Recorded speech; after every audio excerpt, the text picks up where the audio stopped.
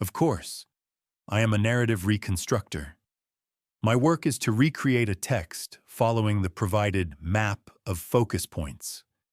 I will strictly adhere to the key principles of reconstruction, giving the highest priority to scope, tonal identity, and the golden rule of zero copying. The year is 865. Off the low fog-shrouded coast of East Anglia, shadows glide. These are not the fishing boats or the lumbering merchant ships common to these waters. Their silhouettes are alien and menacing.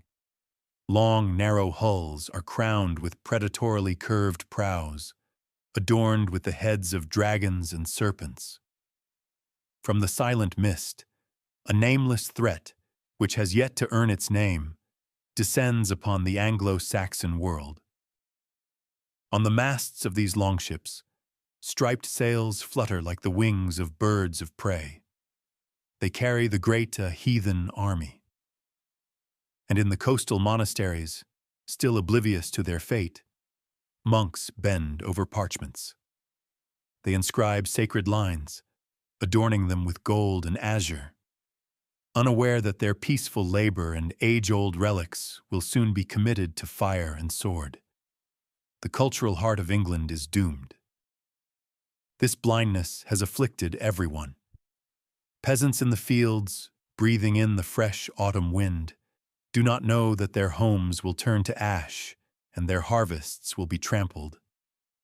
In the mead halls, Anglo-Saxon kings feast, mired in petty squabbles and internal conflicts. They see the newcomers as just another raid, not understanding that this is a flood, ready to wash away their laws, their faith, and their very crowns. Everything is under threat. This army has not come for silver. It carries with it the fury of a northern faith that scorns the crucified God of the southerners. The warriors of Odin and Thor have come for land and for vengeance, to answer for the death of their legendary leader, Ragnar. These are not raiders. They are conquerors. Their fleet is a hammer, raised over an England fractured into 7 kingdoms, and this blow will be aimed at total annihilation. In the coming years, this hammer will fall upon Anglo-Saxon civilization, crushing kingdoms, cities, and monasteries. Of its former greatness, only a single shard will remain, the westernmost kingdom, Wessex, and it is there, far from the first fires, that a 16-year-old youth lives, who has yet to learn that he is destined to become the last hope of his people. His name is Alfred. He is thoughtful and of frail health, the youngest of 5 royal sons, and so no one sees him as a future ruler. He prefers the quiet reading of psalms to the clash of weapons. But it is this young man, so unlike a warrior, who is fated to stop the all-consuming flame. His name will become synonymous not only with resistance, but with the wisdom and rebirth of an entire nation. The scholar's path to greatness will pass through bloody years of despair and humiliation. This is the story of how a sickly youth, forged in the crucible of defeat, became the greatest of kings. He stood on the very edge of civilization's collapse and found within himself the strength not just to survive, but to lay the foundation of a completely new nation in fire and blood. Thus, in agony and suffering, the future England was born. Before the arrival of the Northmen, the land we call England was a patchwork quilt of warring states. Historians conventionally call this era the Heptarchy, the rule of 7, but the reality was far more chaotic. Kingdoms constantly fought for the title of Bretwalda, the High King, emerging, disappearing, and absorbing one another in an endless struggle for supremacy. By the mid-9th century, 4 key players remained on this stage. The heirs of Germanic tribes that had once come to the lands of fading Roman Britain. In the north lay Northumbria. In the center, Mercia dominated. In the east, East Anglia, and in the southwest, Wessex was gathering strength. Each of these Anglo-Saxon kingdoms had its own ambitions and its own culture. At the head of this strictly hierarchical society stood the king. His power rested on two pillars: divine descent from the god Woden and the ability to reward his warriors. Generosity was the foundation of loyalty, and the best title for a monarch was ring giver, one who bestows gold and land upon his warband for faithful service, sealing allegiance with metal. However, the king was not an absolute monarch, but rather the first among equals. He ruled with the consent of the Witenagemot, a council of the highest nobility, the ealdormen, and bishops. Without their approval, he could not declare war or issue laws. His main duties were to protect the kingdom from external threats and maintain internal order, and in this, he was accountable to his most powerful subjects. The king's military might relied on his personal professional warband, the hearth weru, and the national levy, the fyrd, which was summoned in case of a major war. The foundation of both society and the army was made up of free landowning peasants, the ceorls. Their life was hard and inextricably linked to the cycles of fieldwork, but they were the backbone of the Anglo-Saxon world. For the common ceorl, the world was limited by the horizon of his valley. Peasants lived in small villages, in simple wooden houses, working the fields together. News from the outside world was brought only by traveling merchants and royal messengers, and at the very bottom of the social ladder were the theaus, or slaves, prisoners of war, debtors, or those born into bondage, forming the most disenfranchised part of this society. Wealth here was measured less in coin than in land, cattle, and people, as the economy was almost entirely agrarian. Cities, as we understand them, were a rarity. There were only fortified administrative centers, burhs, and small trading ports like Lundenwich, the future London, or Hamwich, the predecessor of Southampton. Through them, English wool and tin were exchanged for Frankish swords, glass, and wine. The main force that bound this patchwork of kingdoms together was the Christian faith. By the 9th century, the process of Christianization, begun by Augustine's mission in the south and Irish monks in the north, was largely complete. The ancient pagan gods were forgotten, and their sacred groves and shrines were destroyed, giving way to a new religion, common to all Anglo-Saxons. In place of the old sanctuaries, monasteries grew, becoming centers not only of spirituality, but also of culture, education, and immense wealth. Monks copied manuscripts, creating masterpieces like the Lindisfarne Gospels and kept chronicles. Their treasuries accumulated golden chalices, silver crosses, and reliquaries studded with precious stones. The monasteries were the true treasure houses of civilization. It was precisely these riches, protected by nothing but prayers, that attracted the northern raiders. Their first raids in the late 8th century were like mosquito bites. But in 793, the sacking of the monastery on the island of Lindisfarne, a great center of learning, sent a shockwave through the entire Christian world. Wealth had become a lure, and the first strike was followed by others. In the following decades, Viking raids were marked by speed and unimaginable cruelty. They appeared from nowhere, plundered, killed, and vanished before the local ealdormen could assemble the fired. The Anglo-Saxons, accustomed to wars fought by rules, did not understand the nature of this threat, considering it divine punishment for their sins and not knowing how to counter an enemy who recognized no rules at all. But what happened in 865 was different from anything seen before. It was not another band of raiders that approached the shores of England, but a huge, well-organized army, and its goal was no longer plunder, but land. This was a full-scale invasion, and its purpose was not to rob England, but to conquer it, to permanently wipe the Anglo-Saxon world from the face of the earth. Landing in East Anglia, the army received an unexpected gift. The local king, Edmund, unwilling to risk a battle, bought them off, providing the Vikings with horses. This was a fatal mistake. Now mobile, the invaders fell upon Northumbria in 866, a kingdom torn by civil war, and easily captured its capital, York. The first kingdom had fallen. The next victim was Mercia. In 867, the Vikings seized Nottingham. The Mercian king, Burgred, and his brother-in-law, King Ethelred of Wessex, joined forces but were unable to retake the town.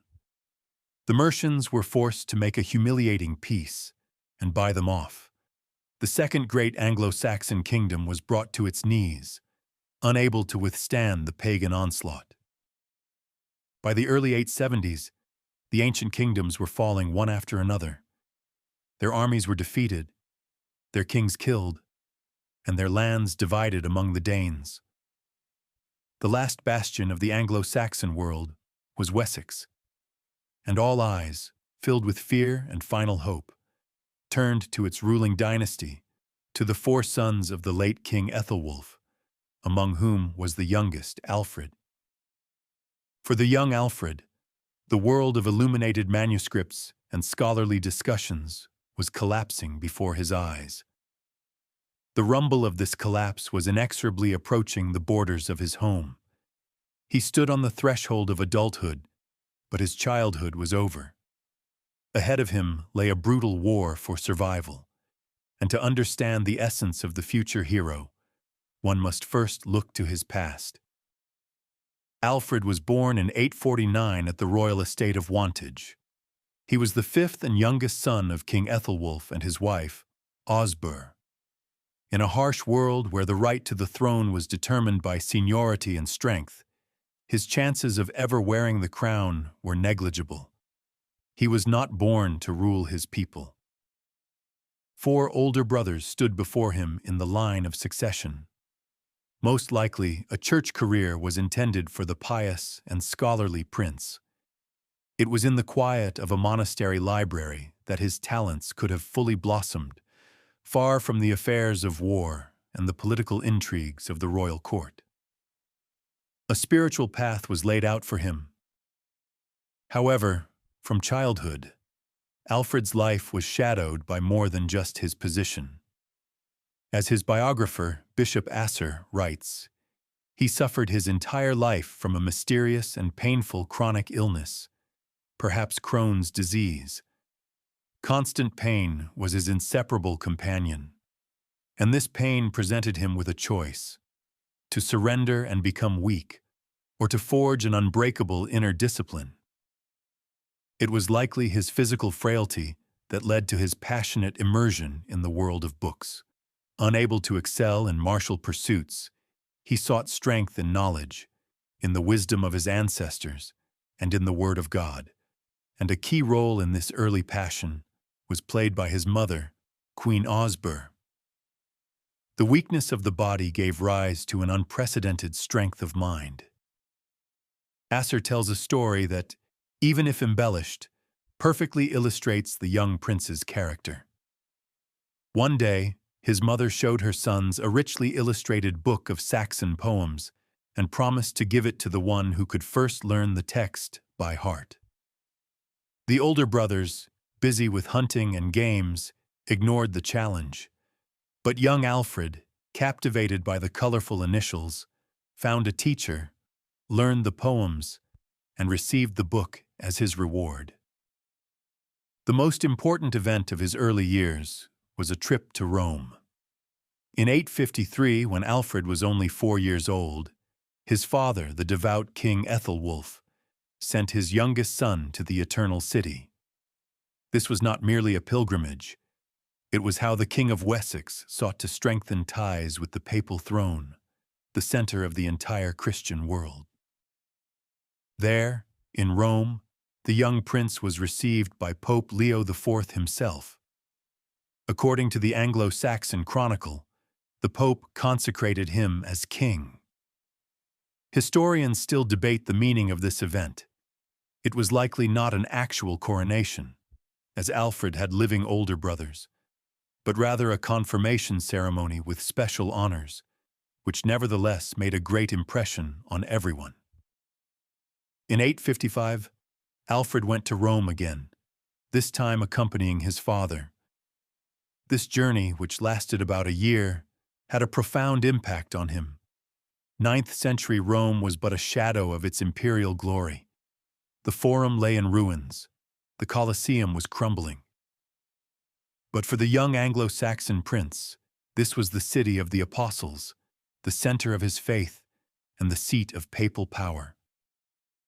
On their way back, they spent several months at the court of the King of West Francia, Charles the Bald, grandson of Charlemagne.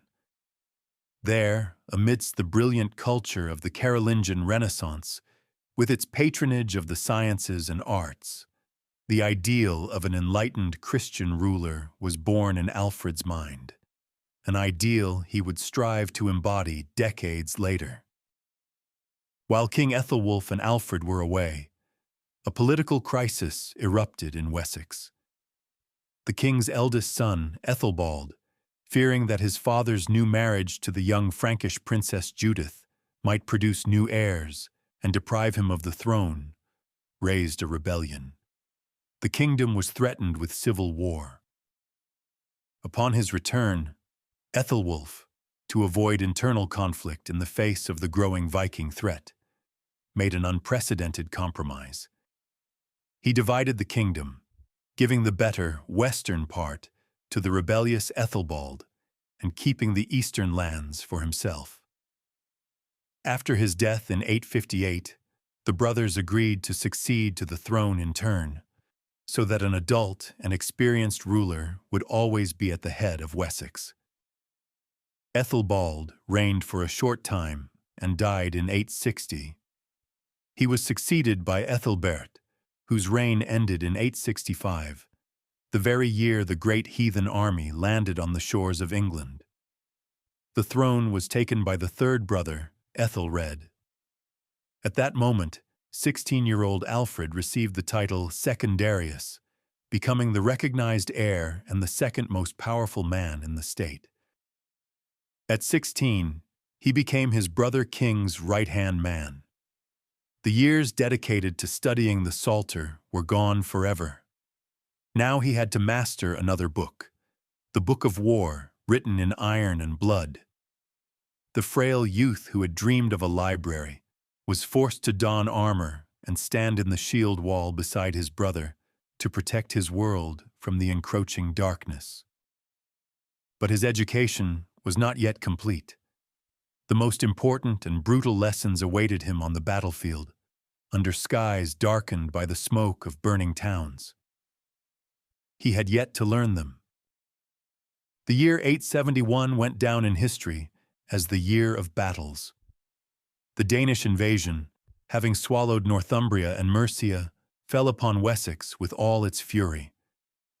For 22-year-old Alfred, it was a year of bloody apprenticeship that transformed the pious prince into a battle-hardened commander. In 12 months, his kingdom endured 9 major battles, and each one could have been its last.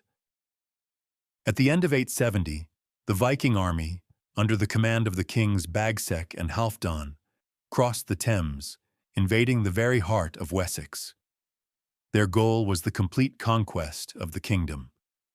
At Reading, a strategically vital point at the confluence of 2 rivers, they established a well-defended camp, intended to be their base for the final conquest.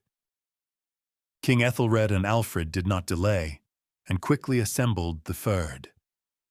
The first clash at Englefield ended in a small but important victory for morale. A contingent led by the local ealdorman, Ethelwulf, attacked a Viking foraging party, killing a Danish jarl and showing that the enemy was not invincible. This victory breathed hope into the warriors of Wessex, Encouraged by this success, the brothers led the main army to Reading 4 days later and attempted to storm the fortified Viking camp. This attack turned into a disaster. The Danes launched a furious sortie and inflicted a crushing defeat on the Saxons. The army of Wessex was forced to retreat, suffering heavy losses. Among the fallen was the hero of Englefield, Ealdorman Ethelwulf. And yet, just 4 days after this rout, at a moment of supreme desperation, the Saxons, having regrouped their forces, once again met the main Viking army. This was one of the most famous battles in English history, the Battle of Ashdown. The fate of Wessex was to be decided on the hills of Berkshire. Confident in their superiority, the Danes took a tactically advantageous position on a hilltop, dividing their army into 2 forces under the command of their kings and jarls. The Saxons, arriving at the foot of the hill, also split their forces. One part was commanded by King Ethelred, the other by his younger brother, Alfred. The enemy had a clear advantage. And then, according to Asser, the decisive moment occurred. As the Danes began their attack, King Ethelred refused to leave his tent, declaring that he would not lead his troops into battle until Mass had ended. He placed the service of God above the salvation of his kingdom, leaving Alfred's army in mortal danger on the hillside. The Danes began to descend from the high ground, threatening to crush the prince's forces. Alfred faced a choice: retreat and cover himself in eternal shame, or begin the fight without the king's command, violating his oath of loyalty. He made his choice. Asser writes that, like a wild boar, the prince led his men in a desperate uphill charge, straight at the enemy. A fierce and bloody slaughter began. At a positional disadvantage, the Saxons, led by Alfred's courage, crashed into the Viking shield wall. It was a clash of 2 worlds, 2 faiths, 2 civilizations. To the sound of clashing swords and the cries of the wounded, the warriors of Wessex slowly pushed the enemy back. And only when the battle was at its height did King Ethelred finally arrive on the field with his forces. The combined Saxon forces fell upon the Danes with renewed fury. The battle raged until nightfall, until at last the Viking line wavered. A panicked flight began. The Saxons pursued them across the hills, killing without mercy. The Danish losses were enormous. Among the fallen were King Bagsec and 5 jarls. It was the greatest victory Wessex had achieved to that point. The Battle of Ashdown was Alfred's baptism by fire. By showing initiative and incredible personal courage, he proved that he could be not only a scholar, but also a great warrior, capable of bringing victory to his people. However, the euphoria of this triumph was short-lived, and new, even harsher trials lay ahead. The Viking army was not destroyed, and soon received reinforcements. Just 2 weeks later, they took their revenge, defeating the Saxons at the Battle of Basing. 2 months after that, in the Battle of Merton, King Ethelred was mortally wounded.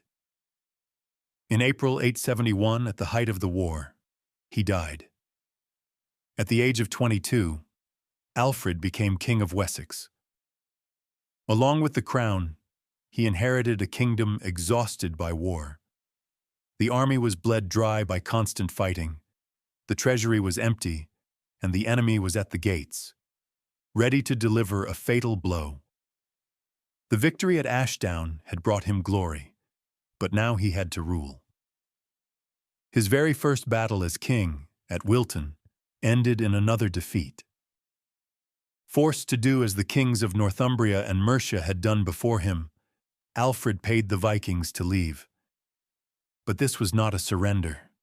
It was a desperate, humiliating attempt to buy time. time that was vitally needed to recover strength, rebuild the army, and prepare for the next inevitable round of this merciless struggle. A fragile quiet fell. Wessex gained a respite, and the Danes turned to the final subjugation of Mercia. Then the great army split. One part, under the command of Halfdan, went north to settle the lands of Northumbria. The other, led by a new, cunning, and ambitious chieftain named Guthrum, remained in the south, waiting for the opportune moment for a decisive strike. Alfred used these few years of peace to the fullest. He consolidated his power, restored the treasury, and analyzed the reasons for past defeats. He realized that the irregular levy was ineffective against professional warriors. He began experimenting with the creation of mobile units and understood that the key to victory lay in controlling the sea. In 875, a small fleet created by Alfred won the first naval victory in English history against a Viking squadron. It was a small but significant success. However, these measures were not enough to prevent a catastrophe. In 876, Guthrum, having gathered his forces, treacherously broke the truce and invaded Wessex again.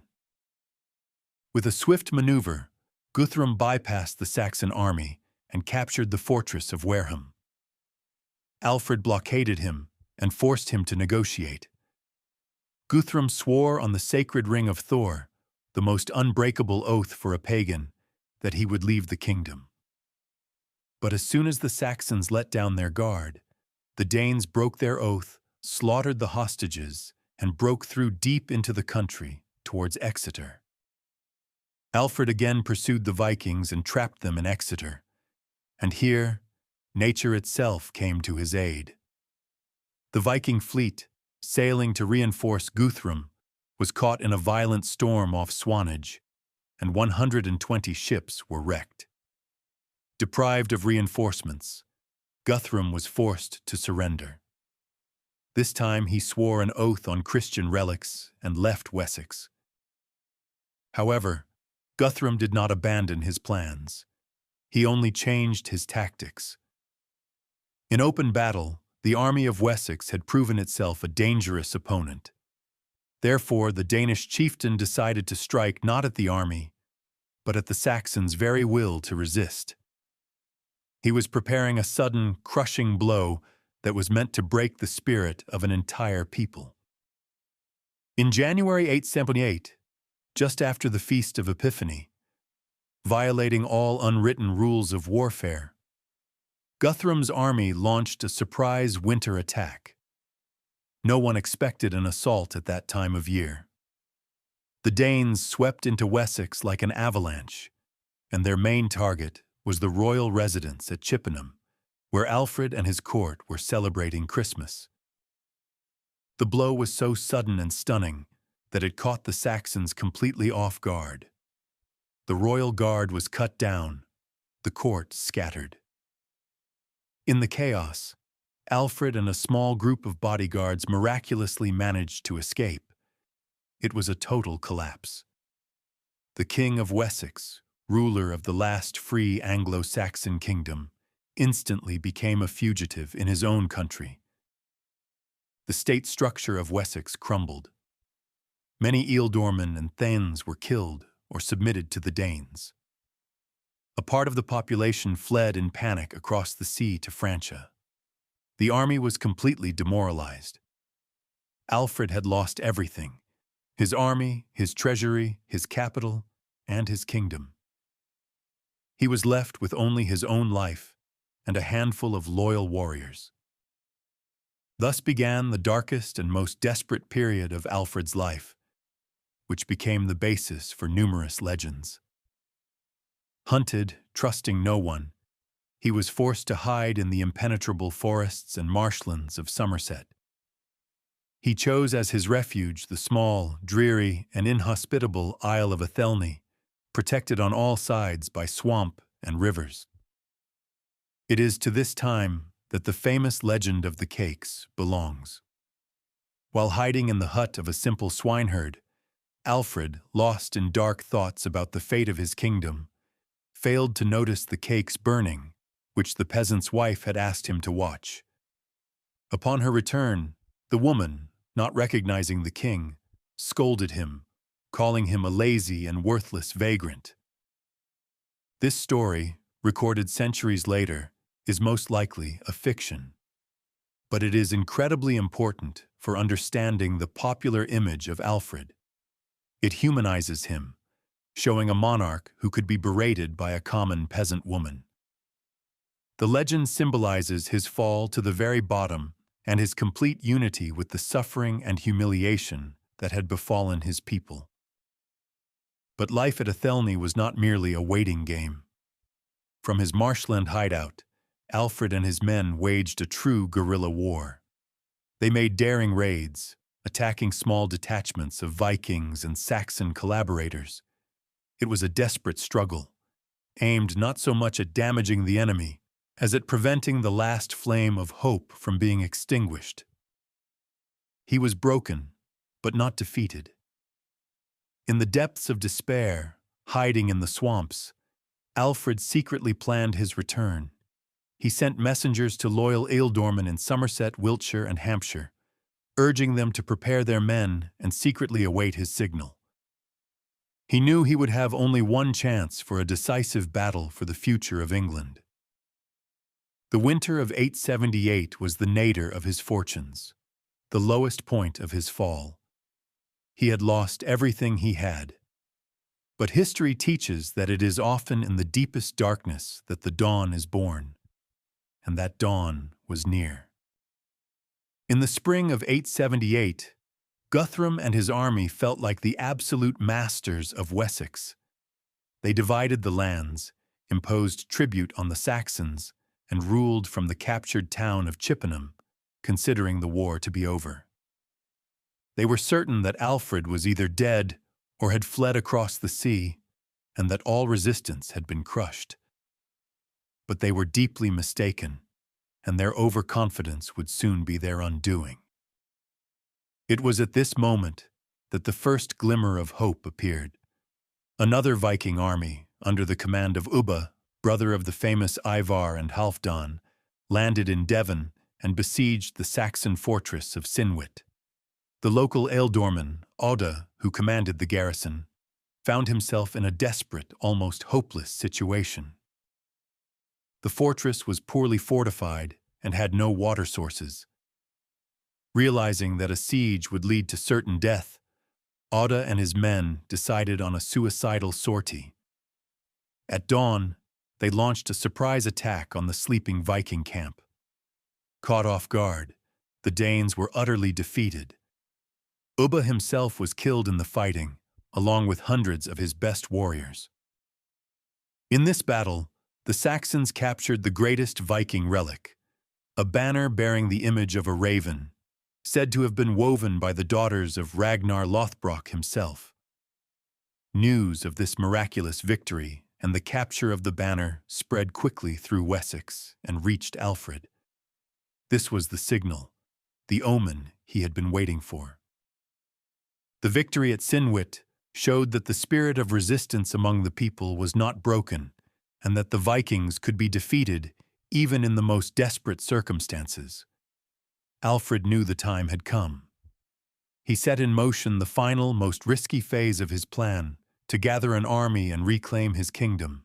It was time to act.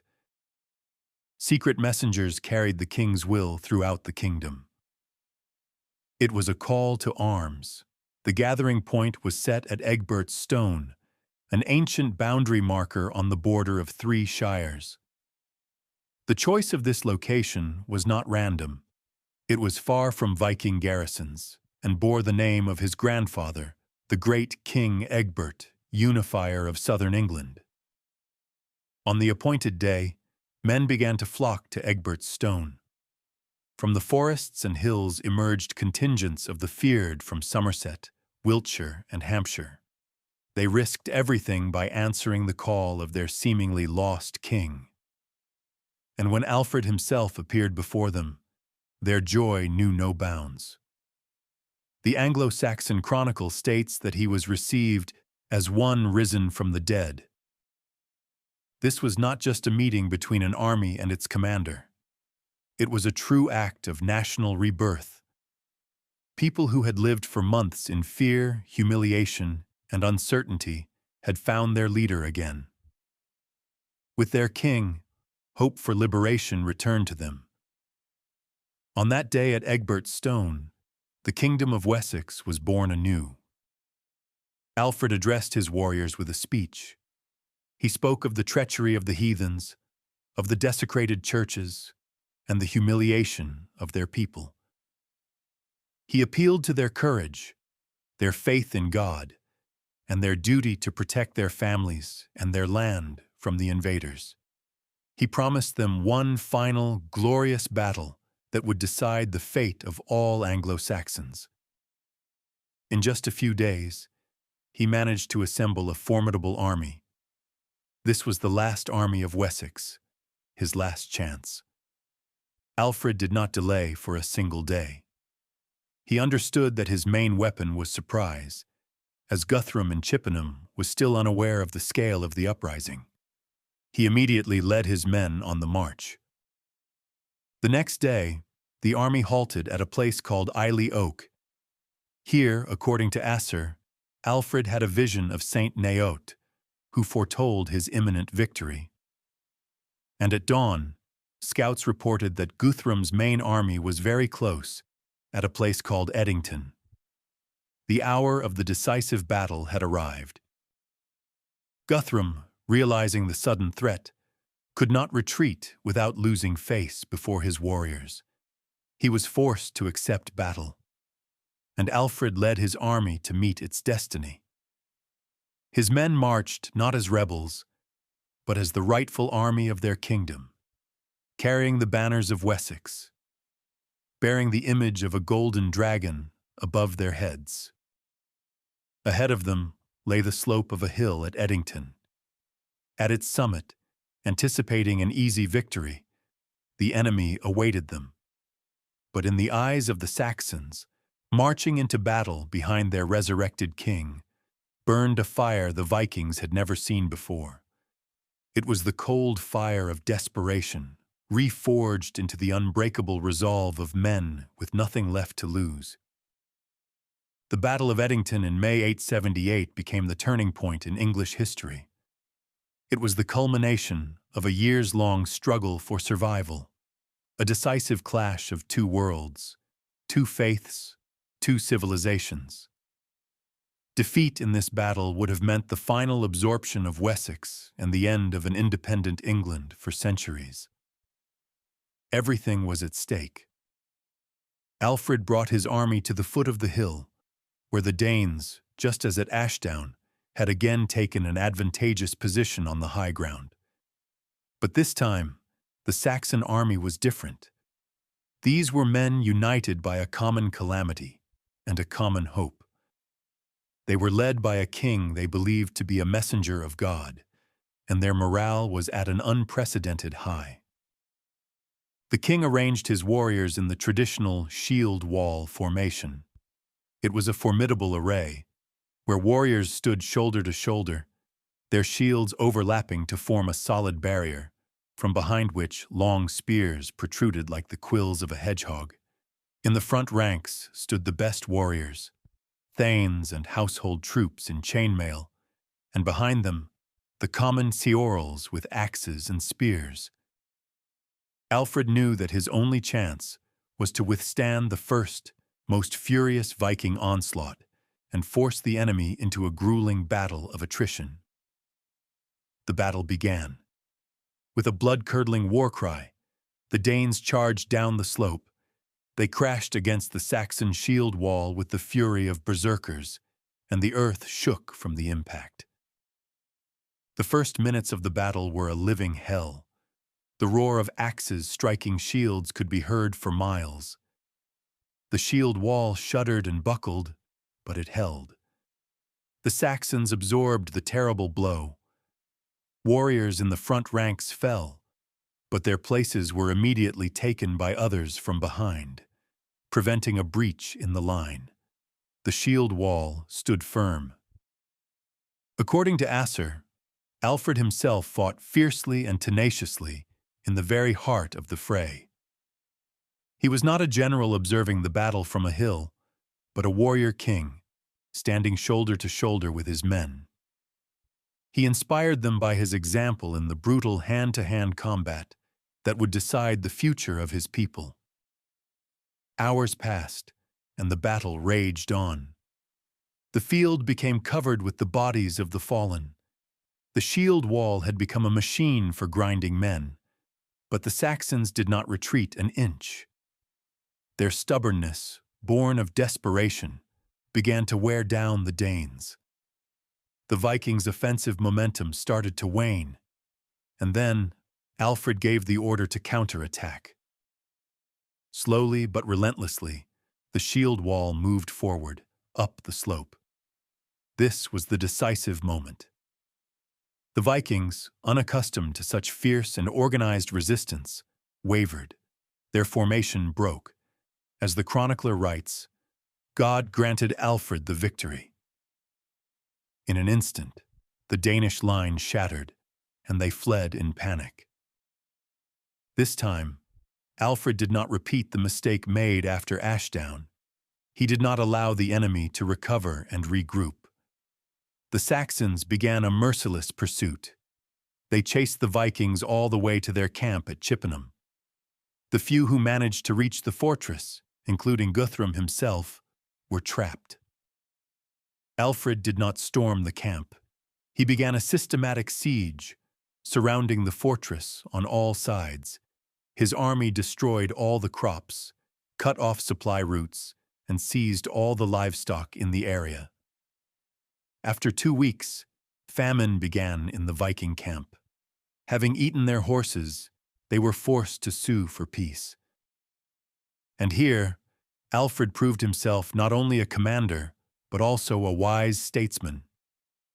He could have ordered a massacre, but he sought not revenge, but a lasting, long-term peace.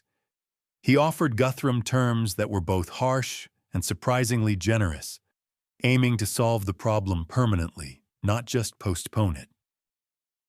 Under the terms of the treaty, Guthrum and his most noble warriors were to accept Christianity, with Alfred becoming his godfather. The Vikings were to leave Wessex forever. The territory of England was to be divided.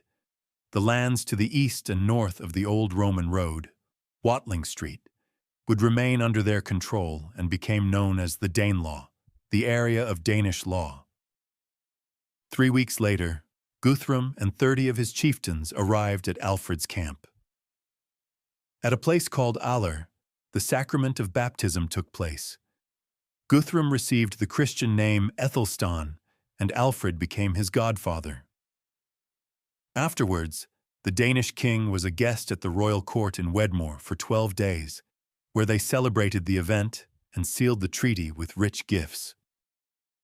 The Treaty of Wedmore was a triumph of Alfred's policy. He had not just defeated the enemy on the battlefield, he had neutralized him ideologically. By turning Guthrum into a Christian king, he made him his spiritual son, a predictable neighbor with whom he could negotiate. The war for survival was finally and decisively won. But Alfred knew perfectly well that this was only the beginning. The victory at Edington had given him an invaluable respite, precious time, and he had to use it to completely rebuild and strengthen his kingdom, so that it would never again find itself on the brink of destruction. Victory had been forged on the anvil of Edington. Now began the work of creating a sword and shield. The victory granted Wessex almost 15 years of fragile peace. But Alfred knew that the Danelaw remained a source of danger, and other Viking bands could attack at any moment. This respite was not a time for rest. It was a period of intense, revolutionary activity, during which he completely transformed his kingdom's defense system, creating an innovative and deeply layered defense. Having learned the bitter lessons of 878, Alfred resolved that his kingdom would never again be caught off guard. The first and most crucial element of his reforms was the creation of the burgh system, a network of fortified towns across Wessex. The idea itself was not new, but Alfred turned it into a comprehensive and mathematically calculated national strategy. The foundations of this system are outlined in a unique document, the Burgh Heidage. It lists 31 burghs, and for each, it specifies the number of men required for garrison duty.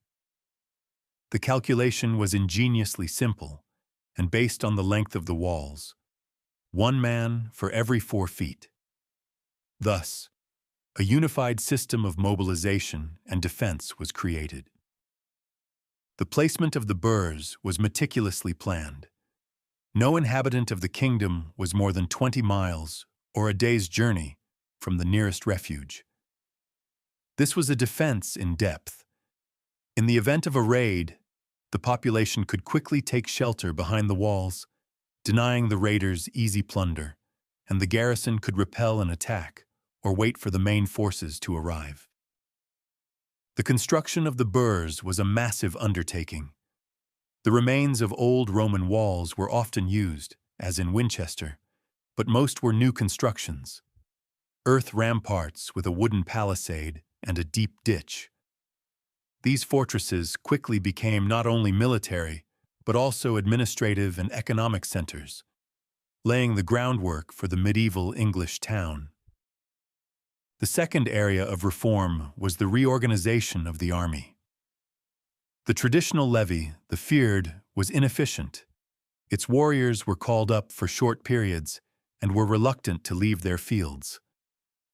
Alfred divided the fyrd into 2 parts.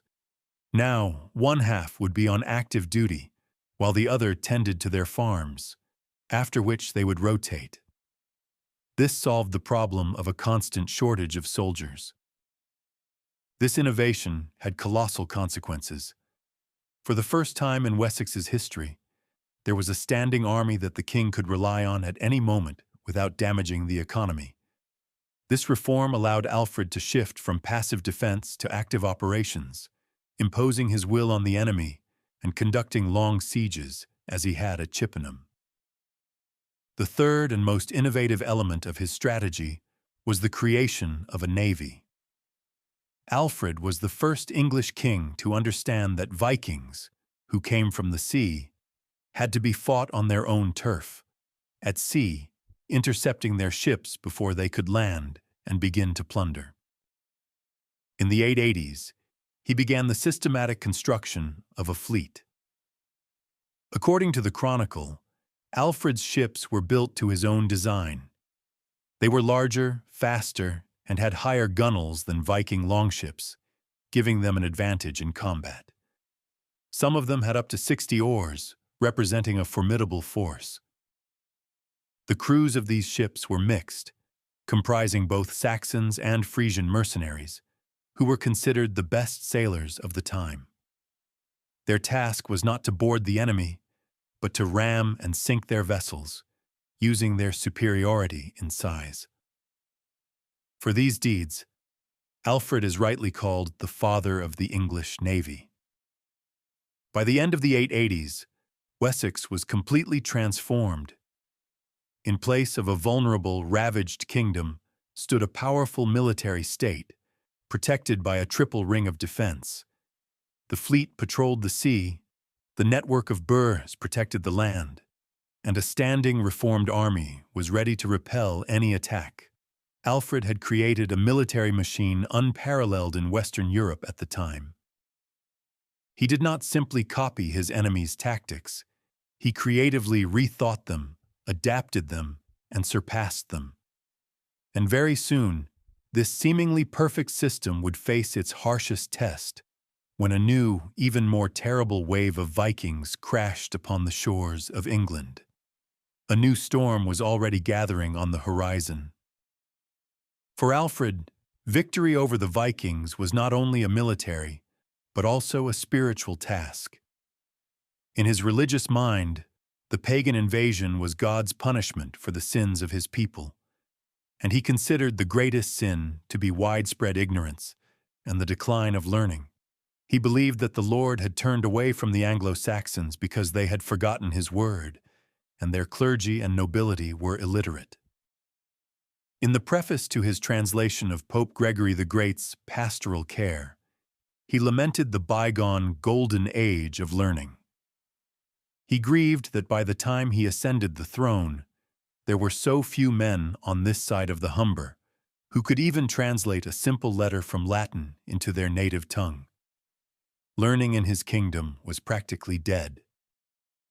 Therefore, as soon as the military threat subsided, Alfred, with the same unyielding energy he had applied to building the burhs, began to implement an ambitious program to revive education and culture. He believed that to save England, he must first save its soul. He wanted to transform his people from ignorant warriors into a wise Christian nation. His first step was to assemble a veritable think tank of distinguished scholars at his court. He invited them from all over England and beyond, as it was nearly impossible to find educated men within Wessex itself. From Mercia came Plegmund, the future Archbishop of Canterbury, and Bishop Werfurth, as well as other scholars. From continental Europe, he summoned the Frank, Grimbald, and John the Old Saxon. But the most important figure in this circle was Asser, a monk from Wales, who would later become Bishop of Sherborne and the king's personal biographer. It is thanks to his work, The Life of King Alfred, that we know so much about the personality and deeds of this great monarch. Having gathered these scholars in his court school, Alfred set them a twofold task.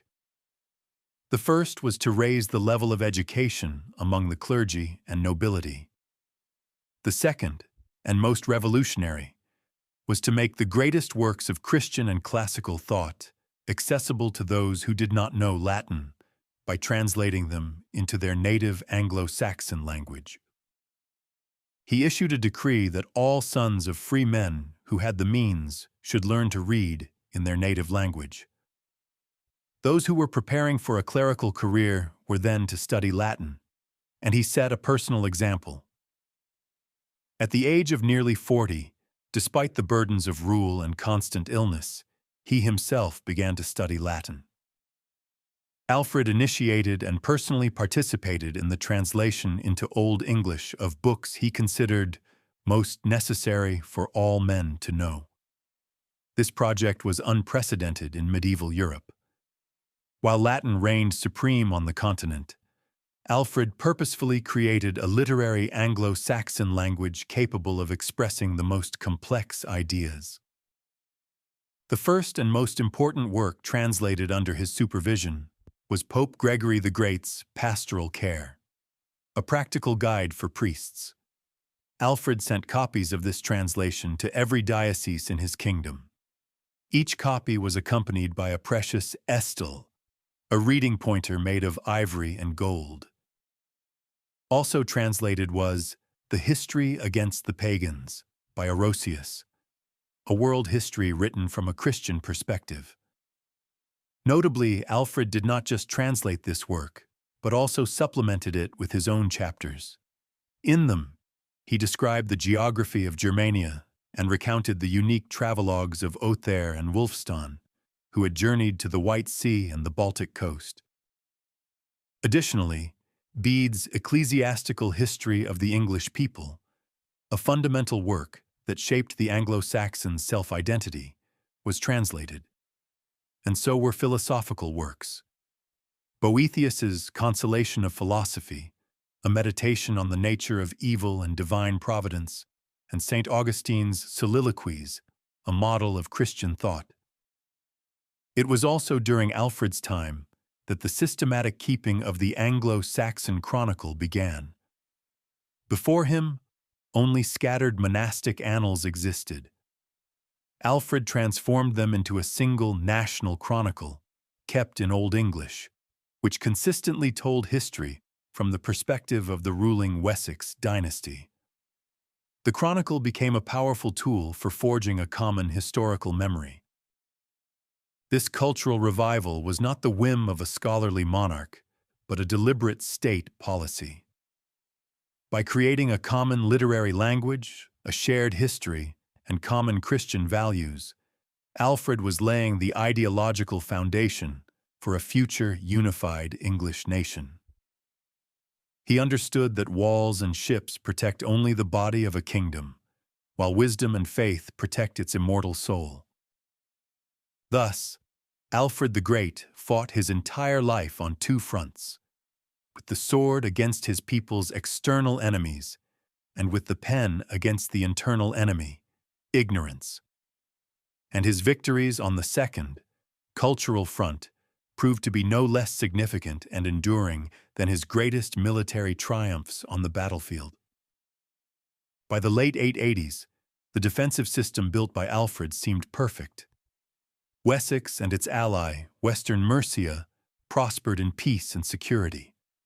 But the king knew this was merely the calm before a new storm. A massive new Viking army was gathering on the continent, which in 891 suffered a crushing defeat at the hands of the Franks. Deprived of the opportunity to plunder the rich lands of the Frankish kingdom, this vast army turned its gaze toward England. They knew that in the years of peace, Wessex had grown strong and wealthy, and this, paradoxically, made it an even more desirable and attractive target for conquerors seeking new plunder and new lands. In 892, the second great invasion began. This time, it was two coordinated armies. A huge fleet of 250 ships, under the command of the famous chieftain Hasstein, landed in Kent. Almost simultaneously, another fleet entered the Thames estuary. And worst of all, the Vikings of the Danelaw broke their peace treaty and joined the invaders. The harshest test for Alfred and his kingdom had begun. The subsequent war, which lasted for 3 years, was radically different from the previous one. It was not a war of a single decisive battle, but a grueling war of attrition and maneuver, fought over a vast territory. And it was in this war that Alfred's defensive system proved its genius. Alfred, with his field army, immediately took up a fortified position between the two Viking camps to prevent them from joining forces. He did not attack them head-on, preferring a tactic of blockade and harassment. At the same time, the garrisons of the burghs in Kent and Sussex successfully repelled raids by smaller detachments, preventing them from plundering and sowing panic. Seeing they could achieve nothing in the south, Hasstein undertook a daring maneuver, making a swift dash to the west. But a Saxon army, led by Alfred's son Edward and his son-in-law, the ruler of Mercia, Ethelred, was already moving to intercept him. At Farnham, they caught the Vikings and inflicted a crushing defeat upon them. While Edward was blockading the remnants of the defeated army, alarming news arrived. Vikings from the Danelaw had besieged Exeter. Alfred immediately marched west to save the city. At the same time, the Danes who had remained in the east crossed the entire country and laid siege to a burgh in Sussex. However, the local fyrd attacked them independently and put them to flight. This series of events perfectly illustrates the effectiveness of the system Alfred had created. While the king and his son waged a mobile war against the main enemy forces, the burgh garrisons and local levies dealt with local threats on their own. The enemy could not establish a foothold anywhere. They were constantly pursued and attacked. The war continued. The Vikings built new camps, and Alfred blockaded them. In one of the most dramatic episodes, when Hasstein's fleet took refuge on the River Lea north of London, Alfred ordered the construction of 2 fortresses further downstream, completely blocking the river. Realizing their ships were trapped, the Vikings were forced to abandon them and flee, By 895, the Vikings were completely exhausted. 3 years of grueling warfare had brought them nothing but heavy losses. They had failed to storm a single burh, had not won a single major battle, and had found no safe place to winter. Their tactic of swift raids had proven utterly useless. In the summer of 895, they finally abandoned their plans and departed. The victory in this long and difficult war was not the triumph of a single brilliant battle like Edington. It was the triumph of the entire system Alfred had created, of his patience, wisdom, and superb organization. He had built a kingdom that was capable of defending itself, even when faced with the most formidable and numerous of foes. Having weathered the last great storm of his reign, Wessex did not just survive. It emerged from this war even stronger and more united. It had definitively established itself as the undisputed leader and protector of all Anglo-Saxons, the last bastion of their faith and culture in Britain. The final years of Alfred's life were spent in relative peace. The Viking threat had diminished, and he was able to devote this time to continuing his educational work, rebuilding the country, and strengthening justice. It was during this period that he issued his famous law code, known as the Dambach, or Book of Judgments. In this code, he did not create laws from scratch, but collected and systemized the most just statutes of his predecessors, the kings of Kent, Mercia, and Wessex. The code began with a translation of the Ten Commandments, emphasizing that all royal law is based on God's law. This was a crucial step toward creating a unified legal and moral space for all his subjects. Alfred the Great died on the 26th of October, 899, at the age of 50. His long and painful struggle with his enemies and his own illness had come to an end. He was buried in his capital, Winchester. The legacy he left behind was colossal and truly multifaceted. In the most direct sense, he saved Anglo-Saxon civilization from complete annihilation. If Wessex had fallen to the Great Heathen Army, all of England would likely have become Scandinavian. Christianity, the Anglo-Saxon language and culture, would have been assimilated and forgotten. Alfred single-handedly halted this process and changed the course of history. He did not just save what was, he preserved and fortified the beachhead from which his descendants, his son Edward and grandson Athelstan, could launch a counter-offensive, reconquer the Danelaw, and for the first time in history, unite all of England under a single king. The foundation of the United Kingdom of England was laid by Alfred. He was a brilliant military reformer. His innovations, the Burgle system, the reorganization of the Fyrd, and the creation of a navy, defined England's defense strategy for a century. He proved that a well-thought-out system and superior organization could defeat even the most seemingly invincible and fearsome enemy. He was a great enlightener, a true cultural hero. His translation program saved the Anglo-Saxon language as a language of high literature and state administration. Thanks to his efforts, not only his own works have survived, but also the greatest monuments of Anglo-Saxon poetry, such as Beowulf. He preserved the soul of his people for posterity. But perhaps his most important legacy is the very ideal of the Christian king that he embodied in his life. He was not just a successful warrior. He saw his mission as serving God and his people. His personality was an incredible combination of a warrior's courage, a scholar's wisdom, a monk's piety, and a statesman's foresight. Notably, the title, the Great, was bestowed upon him not by his contemporaries, but much later, in the 16th century, during the Reformation. English Protestants were searching their history for heroes who asserted national identity and independence from Rome. And they found such a hero in Alfred, who became for them an eternal symbol of English courage, resilience, and wisdom. The modern assessment of his activities by historians is almost unanimously positive. Of course, his biographer Asser may have idealized his patron, and some reforms were the result of collective efforts. But even with these caveats, the scale of his personality and his achievements, which changed the destiny of an entire island, remains absolutely undeniable. He inherited a kingdom on the verge of total collapse and extinction. He left behind the most powerful, well-organized, and culturally developed state in all of Britain. He turned ruins into an unbreachable fortress and a prosperous kingdom. The story of Alfred is not just a tale of a king who won a few important battles.